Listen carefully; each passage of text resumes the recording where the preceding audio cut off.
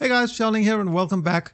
So for those of you who don't already know, the sequel to Shadow of Mordor has just been announced and is apparently going to be released on the 22nd of August this year, or 25th of August if you are in Europe. And all of this info was released the day after the leaked information of the game was found online, so I guess that PR is hard at work in trying to fix all of that. The news though has gotten me super excited. Shadow of Mordor was really one of my favorite games of 2014. Actually, let me correct that. It was one of my favorite games, period.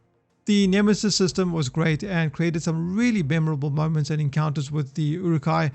The press release says that the Nemesis system is now applied to the entire game world, where the environments and the characters are all shaped by player actions and decisions, creating a personal new world unique to every gameplay experience.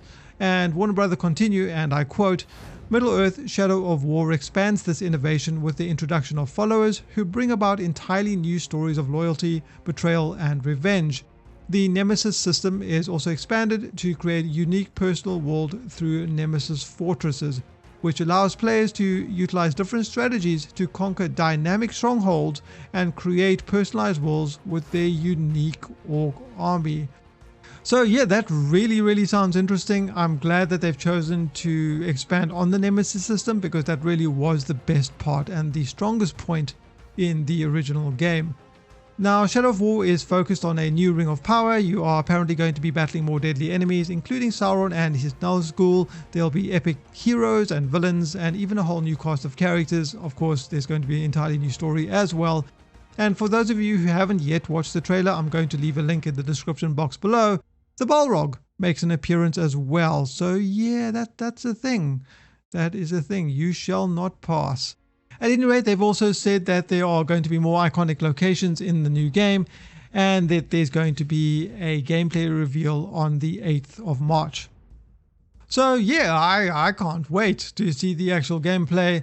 As I've said numerous times, you keep hearing the Nemesis system.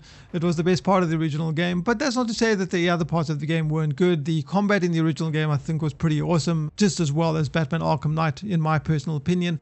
But unfortunately, it was very easy. So aside from when you first started the game and you didn't know what was going on, once you get to a certain point, you become so overly powerful. Everything's really easy to kill, even the high level orc generals and things like that. Because I believe the level cap, if I remember correctly, it was level 20, and even level 20 orcs with all their stats and traits were pretty easy to kill when you know how to do things. So I do hope that the new game is going to increase the difficulty, or at least give us a difficulty option in the game. Also, the open world wasn't as big as I hoped it would be. I mean, it wasn't small, but there were really only 2 regions where you played in. So it could have been a little bit bigger, I suppose. And the side missions, although there were quite a fair amount of them, they weren't very varied, so you always ended up doing the same things over and over again. And that's not a fault of Shadow of Mordor itself, but it's a fault of just open world games in general. This is, how they fill the world with content and things to do. And of course, the final boss battle of Shadow of Mordor was very disappointing. I'm not going to say why. You guys are going to have to play to find out yourself. But aside from all of these complaints, it's still one of my favorite games, and I've played around 90 hours of it, and I've loved every minute of it. In fact, recently I've just started playing again, just to get my hand back into the game, because I still need to finish some of the story expansions, the Bright Lord, and I think it was the Hunter one, which I will get to hopefully this week, maybe, if I have time. But anyway, the new game is already available to pre-order, with 3 versions available. The standard edition is, well, the standard edition that comes in at $60. Unfortunately, that's the only US price I could find. I'm actually in Norway, so I only see the Norwegian price on Steam, so I can't unfortunately give you guys an accurate number for that.